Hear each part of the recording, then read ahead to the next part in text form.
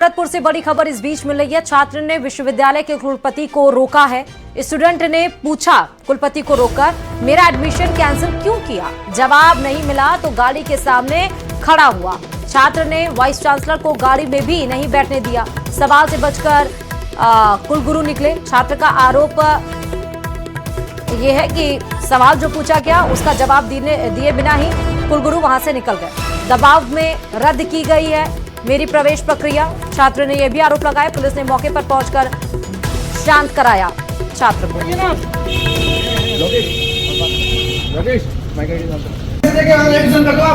वैसे ये भ्रष्टाचारी को बता रहे हो, किसी के खिलाफ एफआईआर दर्ज नहीं कराई। 25 करोड़ का गबन है, आपको पता है, लेकिन उसकी सीबीआई जांच नहीं करा रहे हो आप। मैंने जाने दूंगा, रोको, मैं जाने दूंगा। मुझे मेरा एडिशन क्यों नहीं किया मुझे बताइए आप। मेरा एडमिशन क्यों नहीं किया मुझे बताइए पहले। मुझे सर मेरा एडमिशन देखो, आप झूठ बोल रहे हो, झूठ बोल रहे हो आप। लगातार देखिए आप किस तरीके से वो कर रहे हो हमारे खिलाफ हैं, किस तरीके से वो कर रहे हो आप। भ्रष्टाचार को बता रहे हो, 25 करोड़ का गबन है, आप उनको भ्रष्टाचार को बचाने की कोशिश कर रहे हो आप। बताइए ना आप।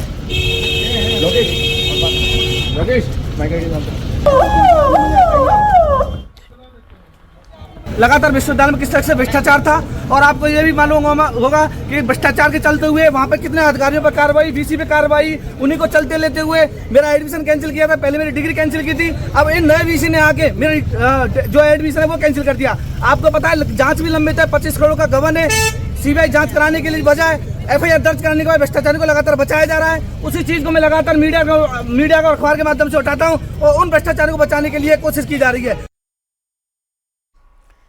झुंझुनू के चिड़ावा में रंगे हाथ कपड़े की दुकान में चोरी करते हुए पकड़ी गई महिलाएं काफी शातिर निकली। जी हां, पुलिस पूछताछ में सामने आया कि गिरफ्तार 5 महिलाएं रिश्तेदार में हैं। इनमें 2 महिलाएं आपस में सास बहू हैं तो 2 महिलाएं आपस में ननद भाभी हैं। सारी महिलाओं ने एक साथ प्लान बनाकर कपड़े की दुकान में वारदात को अंजाम दिया था। जानकारी के अनुसार चिड़ावा कस्बे की खेतड़ी रोड पर एक दुकान पर ये महिलाएं 2 बार में घुसी। सेल्समैन से नजरें बचाकर उन्होंने कपड़े चुराए और दूसरे शिकार की तलाश में चिड़ावा की पुरानी तहसील रोड पर आ गई।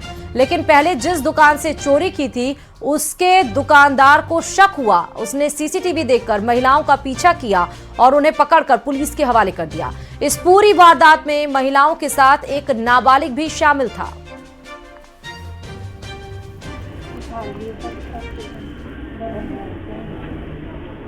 एक कपड़ा दुकानदार है चिड़ावा में जिनकी कपड़े की दुकान है। उन्होंने उपस्थित थाना होकर के अपनी दुकान से करीब 15 से 17 हज़ार रुपये का कपड़ा चोरी हो जाने की रिपोर्ट थाने पर दी गई थी, जिस रिपोर्ट को हमारे द्वारा रजिस्टर किया गया और अनुसंधान किया गया। अनुसंधान के आधार पर अब तक हमने 5 महिलाओं को गिरफ्तार किया है। ये 5 महिलाएं बावरिया जाति की हैं और हरियाणा और राजस्थान की रहने वाली है। प्रदेश में एसीबी का एक्शन लगातार जारी है। व्याबर से लेकर झुंझुनू तक रिश्वतखोरों पर शिकंजा लगातार कस रहा है। 2 अलग अलग जिलों में एसीबी की कार्रवाई देखने को मिली है। पहली तस्वीर व्याबर की है, जहां रायपुर थाने की पिपलिया चौकी के एएसआई भगाराम 1 लाख की रिश्वत लेते रंगे हाथों पकड़ लिए गए। दूसरी तस्वीर झुंझुनू में खातेदारी जमीन का सीमा ज्ञान रिपोर्ट देने के बदले पटवारी ने 11,000 रुपए की मांग की। हालांकि पीड़ित की शिकायत के बाद आरोपी को शक हो गया, जिसके बाद उसने पीड़ित को बाद में रुपए देने को कहा। हालांकि उसके खिलाफ मामला दर्ज कर लिया।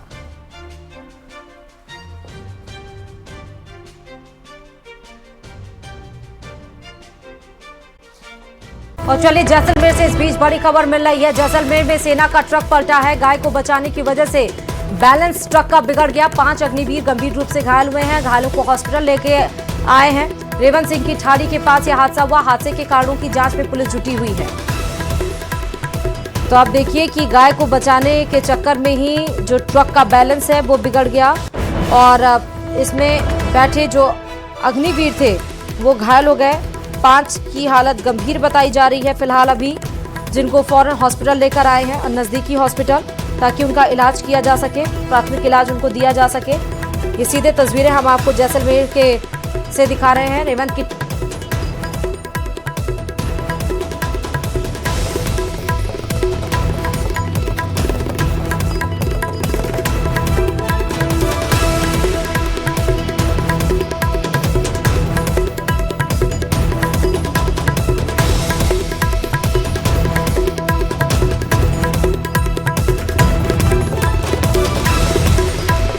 प्रदेश में बीजेपी सरकार की दूसरी सालगिरह पर सीएम भजनलाल शर्मा ने प्रेस कॉन्फ्रेंस कर 2 साल की उपलब्धियों को बताया।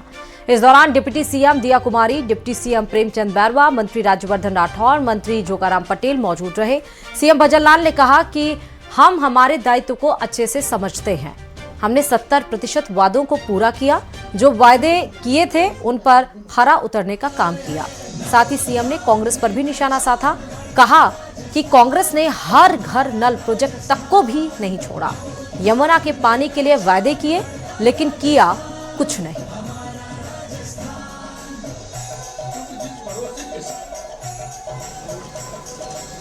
दो साल पहले राजस्थान की जनता ने हमारी सरकार बनाई। हम कहना चाहते हैं, जिस संकल्प पत्र के माध्यम से हम जनता के बीच में गए थे,